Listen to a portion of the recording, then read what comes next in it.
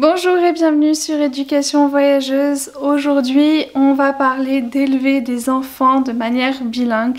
Je vous fais un guide âge par âge pour vous dire comment gérer ça, à quoi penser et que faire en fonction de l'âge de vos enfants puisque le développement n'est pas le même. Donc j'ai essayé de faire quelque chose d'assez concis et d'assez explicite pour vous pour avoir les guidelines. Juste avant de commencer, si jamais tu n'es pas encore abonné à ma chaîne, je t'invite à le faire. Tu peux aussi activer la cloche pour recevoir les notifications des vidéos que je publie. Tu peux aussi me suivre ou me contacter sur Instagram. Sache aussi que j'ai un site internet, tu peux y retrouver des témoignages de profs dans le monde, des ressources, des formations. Alors, donc ce petit guide pour élever des enfants bilingues, j'espère qu'il vous sera utile. On va voir les âges de avant la naissance jusqu'à 6 ans. Donc qu'est-ce qui se passe pour nos enfants que vous souhaitez élever bilingues, donc pour les enfants bilingues, et qu'est-ce que nous les parents, on peut mettre en place à chaque âge. On commence avec avant la naissance parce qu'il faut savoir que le cerveau et les capacités linguistiques des enfants, eh bien, elles se développent bien avant la naissance. Et les enfants, ils sont déjà capables d'entendre les voix des parents à partir de 25 semaines de grossesse. Donc on est dans le 6e mois. Les enfants sont, donc là c'est un fœtus, est capable d'entendre la voix des parents, surtout celle de la mère, et donc il va commencer à construire un petit peu les schémas, les structures et l'intonation des langues qu'il entend. Il faut savoir qu'à 7 mois de gestation, le système auditif de l'enfant, il est vraiment fonctionnel. Donc c'est le moment pour vous de définir la stratégie linguistique que vous voulez mettre en place dans votre environnement. Donc je vous invite à aller voir les méthodes que vous pouvez utiliser, je les ai décrites. Et donc c'est le moment donc de planifier ça, mais aussi de parler à votre bébé. Donc là c'est le moment, il faut qu'il entende les deux langues. Donc en fonction de la stratégie que vous avez choisie, vous pouvez vous lui parler les deux langues puisqu'on sait qu'elle est quand même plus sensible à la mère, ou choisir la langue étrangère parce que c'est vous qui allez la transmettre par exemple. Et donc si c'est vous qui transmettez cette langue étrangère et qu'elle est différente de votre langue de l'environnement, c'est-à-dire que vous n'êtes pas immergé dedans, ben c'est le moment de vous immerger dans cette langue. Donc commencez à parler à voix haute à vous-même, même des fois en langue étrangère, ou de commencer à parler la langue avec votre compagnon si vous comprend mais qu'il ne souhaite pas la parler. En tout cas, de parler au quotidien, vous serez plus à l'aise déjà après la naissance, et le bébé, ben, lui, il entendra déjà votre voix et comment est-ce que vous parlez la langue. Vous pouvez aussi vous mettre à apprendre des comptines, à écouter de la musique, et à lire même des histoires pour vous à haute voix, pour vous entraîner, vous mettre à l'aise, et aussi pour que le bébé il entende. C'est le moment, si vous voulez, d'écouter des musiques dans la langue étrangère, puisqu'on sait que le bébé il est assez sensible à la musique, qu'il s'en souvienne des mois après être sorti du ventre, et qu'on sait que les musiques qu'ils ont entendues pendant la grossesse quand ils étaient dans l'utérus, et ben c'est quelque chose qui les rassure aussi une fois qu'ils sont sortis. Donc c'est pas mal de mettre en place, surtout en langue étrangère, quand on veut faire quelque chose de bilingue, des musiques comme ça que vous écoutez assez souvent et que vous pourrez répéter pour le rassurer un petit peu quand il sera nouveau-né. Donc voilà, donc ça c'est pour avant la naissance. Et donc là on passe à la période 0-18 mois. Donc peu après la naissance, les enfants, les nouveau-nés, ils sont fins observateurs. Ils commencent déjà à identifier les structures du langage. Il faut savoir aussi que dès la naissance ou quelques mois après, en fonction des classes rythmiques des langues, le nouveau-né, il peut identifier les deux langues. Enfin, il peut les voir différemment comme deux langues. Il les reconnaît, il les identifie. C'est vraiment des petits génies, hein. Je vous invite à aller voir la vidéo que j'ai fait sur le développement langagier des enfants et des enfants bilingues. Vous aurez tout en détail.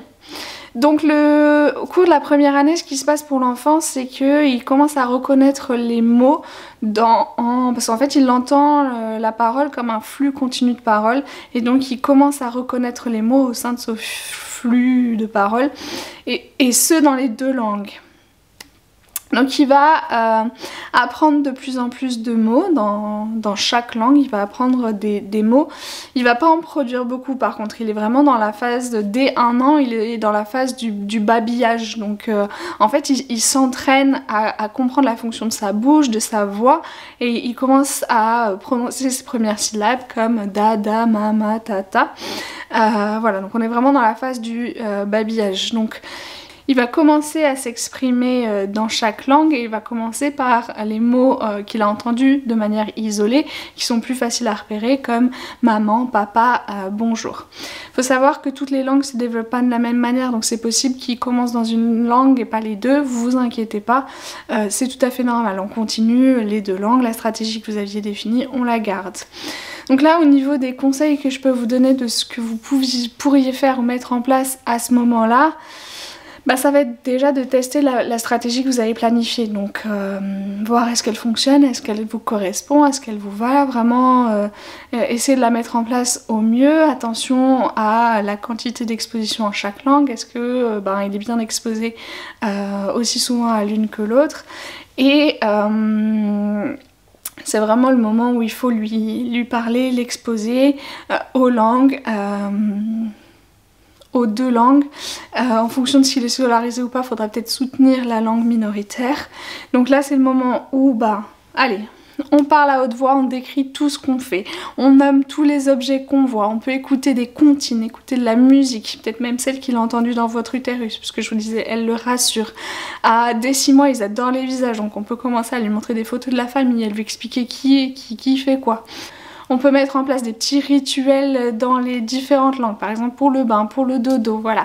Ça peut être des choses comme ça. Chaque fois qu'on lui parle, ce qui est important, c'est de maintenir le regard. Le contact visuel est très important pour apprendre la langue et de pointer ce dont vous parlez. Le pointage aide aussi à la compréhension et à l'acquisition. Et montrer toujours votre enthousiasme, surtout pour la langue minoritaire. Donc là, c'est la période 0-18 mois. Et donc là, on passe à la phase 18-24 mois. Donc là, au cours des 18 premiers mois, l'enfant, il est vraiment passé de la compréhension du langage à la production. Grâce au babillage, en fait, ils ont réussi à passer à l'étape suivante qui va être de prononcer des mots, d'émettre des mots dans des énoncés qui ont du sens. Puisque, en fait, donc, ce qui se passe pour l'enfant, c'est que dès les 18 mois, une fois qu'il a rassemblé environ 50 mots au total dans ces 2 langues, et il commence à relier les mots entre eux. Et on arrive du coup à environ 2 ans à des enfants qui peuvent combiner 2-3 mots et faire des phrases qui ressemblent à chat, mange ou voire voiture par exemple. Donc on a des productions de courtes phrases qui se mettent en place pour nos enfants. Pareil, attention, ne comparez pas les enfants entre eux. Si vous avez des enfants autour de vous, monolingue surtout pas de comparaison, mais bilingue pas de comparaison non plus. Les langues, les stratégies des enfants, elles sont personnelles, donc l'enfant il peut décider de parler les 2 langues en même temps, de n'en garder qu'une pour le moment et de commencer par une et ensuite d'ajouter la deuxième. Vous ne savez pas. La seule chose à laquelle il faut vraiment veiller, c'est à valoriser, à renforcer la langue minoritaire, puisque on vit dans un endroit et l'enfant est sûrement en collectivité ou amené à parler une langue à l'extérieur, donc il y a une langue dominante et il faut vraiment faire attention du coup à celle qui est minoritaire, à toujours la valoriser et à la renforcer. Sachez aussi qu'à cette période, les enfants ils sont quand même très sensibles au choix linguistique des parents. Donc si vous avez jusque-là choisi le modèle de papa parle anglais et maman parle français, si vous vous mettez à changer du jour au lendemain, il risque de réagir très fortement et ça peut un peu être un chamboulement. Donc c'est pas le moment de je dirais ne pas changer de stratégie à ce moment-là. Les 18-24 mois, c'est pas le bon moment pour changer. Donc on s'en tient à sa stratégie initiale. Et on renforce vraiment la langue minoritaire, donc on la valorise, on vient essayer de la renforcer, donc de la parler de plus en plus, de le mettre dans des situations où on a besoin d'en parler. Donc c'est aussi le moment où on refait un petit peu tout ce qu'on disait, on parle à voix haute, on lit des histoires, on peut ajouter de l'interaction, donc on lit les histoires, on peut demander de qui est qui fait quoi, trouve-moi ci, trouve-moi ça.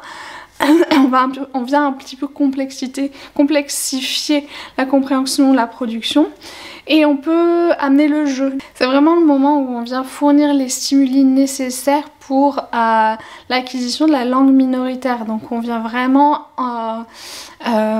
inviter l'enfant à prendre du temps et à utiliser la langue minoritaire. On peut introduire les jeux, donc ça peut être les jeux de mémoire, les mini-puzzles, les cache-cache. On peut leur confier des toutes petites tâches en langue étrangère. Voilà, donc ça c'est pour les 18-24 mois. Et donc on passe à l'étape de 2 à 4 ans. Donc à 2 ans, dans leur langue la plus forte, la plupart des enfants sont capables de faire des phrases de 2-3 mots. À 2 ans et demi environ, ils commencent à étoffer et à complexifier leur production langagère. On va avoir des enfants qui produisent des phrases comme le chien mange de la nourriture ou maman va faire des courses. Au cours de la 3e et de la 4e année de vie, là l'enfant vient vraiment complexifier, il s'intéresse à la syntaxe, enfin il commence à gérer un peu la syntaxe de la langue, et du coup il produit des phrases qui sont de plus en plus complexes et compliquées. On va avoir par exemple maman j'ai mangé une pomme qui était pourrie, ou avec papa je suis allée faire des courses, j'ai acheté du pain par exemple. Donc c'est vraiment des phrases beaucoup plus longues et plus complexes avec une syntaxe un peu plus compliquée. Toujours l'enfant bilingue, il s'approprie les 2 langues de manière indépendante. Parfois on peut avoir un mélange des langues, c'est-à-dire qu'on peut, dans une langue, quand il est en train de parler dans une langue, il peut utiliser des emprunts des mots de l'autre langue, mais la phrase elle reste quand même toujours correcte dans sa langue, dans la langue dans laquelle il commençait à parler. Donc en fait il peut y avoir un mélange naturel des langues, c'est tout à fait logique, même nous les bilingues adultes c'est ce qu'on fait. Mais pas d'inquiétude, à ce moment-là il est dans la création de phrases qui sont syntaxiquement correctes, même s'il y a un mélange de mots, c'est souvent des mots de vocabulaire qui fait des emprunts. Donc pas de souci, on s'inquiète pas. Donc là au niveau des actions, on vient soutenir toujours la langue minoritaire. C'est le moment de regarder s'il est assez exposé, s'il se développe bien dans la langue minoritaire. C'est le moment où vous pouvez prendre une babysitter dans la langue étrangère, l'inscrire à des ateliers, voilà, soutenir encore plus et offrir d'autres situations en dehors de la maison dans lesquelles il peut avoir à utiliser la langue étrangère. Ça peut être quelque chose de motivant, quelque chose de stimulant pour son développement langagier aussi. Donc c'est le bon moment pour le faire.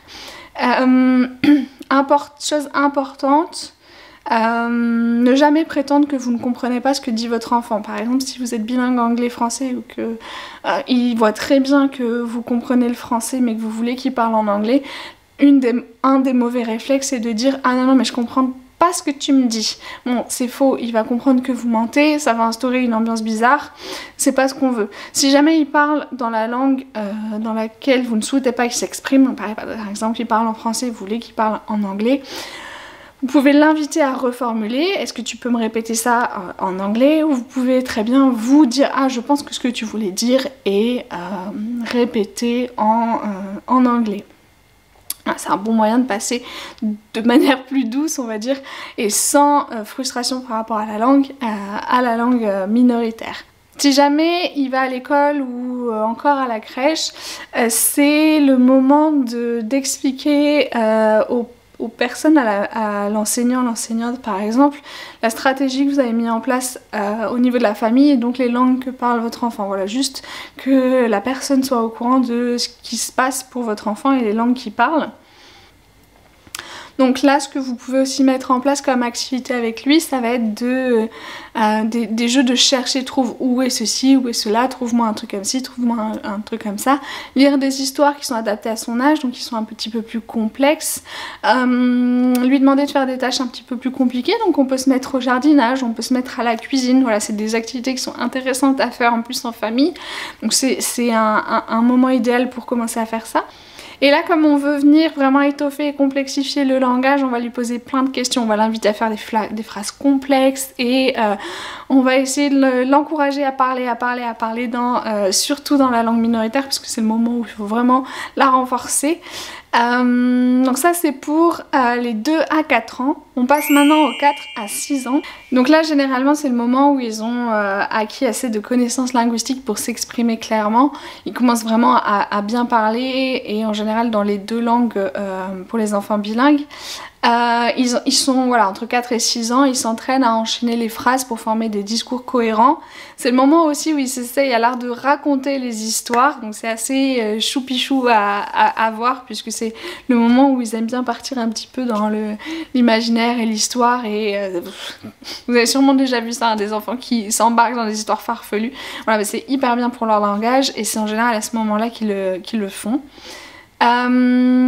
Ils ont atteint une certaine maturité cognitive qui leur permet de développer ce qu'on appelle la conscience métalinguistique, c'est-à-dire qu'ils se mettent à réfléchir et à prendre conscience de leurs interrogations sur le langage. Typiquement pour l'enfant bilingue, c'est le moment où il se rend compte qu'il parle plusieurs langues, qu'il va s'interroger sur le fonctionnement de chacune de ces langues, il va se rendre compte que les gens à qui il parle, ils vont parler plutôt une langue ou les deux, ou ils vont pas du tout parler ces langues. Voilà, donc il y a vraiment cette prise de conscience autour du langage et la mise en place de la réflexion sur les langues. C'est aussi à ce moment-là où eh ben, on va y avoir ils vont se mettre à faire ce qu'on appelle la correspondance graphiphonie, ils vont s'en rendre compte, donc ils vont commencer à écrire, à lire, en tout cas à avoir conscience du rapport entre l'écriture et l'oral. Et à associer donc les sons aux lettres et à prendre conscience de l'alphabet. La plupart des enfants, avant même d'être scolarisés en CP où on commence à lire, ils ont déjà un peu accédé au monde de l'écrit. Et pour les enfants bilingues, bah, c'est le moment aussi où soit c'est vous qui les amenez ou soit en fonction de leur environnement, ils se rendent compte des différences phonigraphies dans chacune des langues. Par exemple, ils se rendent compte que, je sais pas, il y a des lettres qui existent dans un alphabet et pas dans l'autre, que dans une langue il y a des accents et pas dans l'autre. Voilà, donc en plus il y a la conscience métalinguistique et l'accès à la graphiphonie qui fait qu'ils commencent à réfléchir sur les deux. Donc là, qu'est-ce que vous pouvez faire bah déjà c'est forcément ça va être le moment de la scolarisation à peu près, donc parler à l'enseignant ou l'enseignante pareil des langues que votre enfant côtoie et maîtrise, du choix de stratégie linguistique, en tout cas ce qui se passe à la maison avec les langues de l'enfant pour qu'elle ait la personne ait un peu connaissance de ce qui se passe. On va éviter la confrontation du style non, ne parle pas français. Voilà, c'est pas efficace, ça ne sert à rien, ça tend juste un petit peu. On reformule ce que vient de dire l'enfant, ou dans la langue étrangère, enfin dans la langue minoritaire, ou on émet une supposition, tu voulais dire ça. En fait, on revient un petit peu à ce que je disais tout à l'heure, sauf que tout à l'heure c'était ne pas feindre de ne pas comprendre, là c'est ne pas corriger sur non, ne parle pas cette langue. Il faut savoir qu'à ce moment-là, les enfants ils commencent à privilégier la langue de l'école, bah c'est normal, ils se développent beaucoup plus vite s'ils sont dans une école monolingue, ils se développent beaucoup plus vite dans cette langue-là, et en plus c'est la langue qu'ils parlent en dehors de la maison avec leurs petits camarades, donc ils ont une tendance à préférer cette langue. Il faut pas se frustrer, il faut pas le prendre mal, c'est un peu normal, il faut voilà, veiller avec enthousiasme, bienveillance à venir toujours soutenir sa langue minoritaire et à trouver des situations pour lesquelles on peut parler. Donc ça peut être via des jeux, on peut faire des jeux de mime pour commencer à faire l'expression des émotions, on peut faire le jeu des post-it, moi j'aime bien le mettre, ça voilà par exemple je sais pas, ça c'est bouteille, j'écris bouteille, comme ça en plus il voit comment ça s'écrit, ça c'est une bouteille, où est-ce que c'est, voilà, par exemple this is a bottle, where is the bottle, et il le met sur l'endroit, donc ça peut être ça. On va commencer aussi à travailler la catégorisation, donc on va travailler les animaux et décliner tous les animaux qui rentrent dans cette catégorie, les produits laitiers par exemple, donc on peut faire ce genre de thématique et de catégorisation. On peut aussi commencer avec l'écrit à acheter vous savez ces lettres magnétiques pour qu'ils commencent à créer ses premiers mots. Et bien sûr, on peut commencer à faire les chansons de l'alphabet dans la langue minoritaire s'il ne l'a pas encore vu dans la langue majoritaire aussi. Voilà, c'est le bon moment. Voilà pour ce qui est du guide pour élever les enfants bilingues, quoi faire à quel moment. Si vous élevez vos enfants bilingues, n'hésitez pas à témoigner. Je vous dis merci et à bientôt.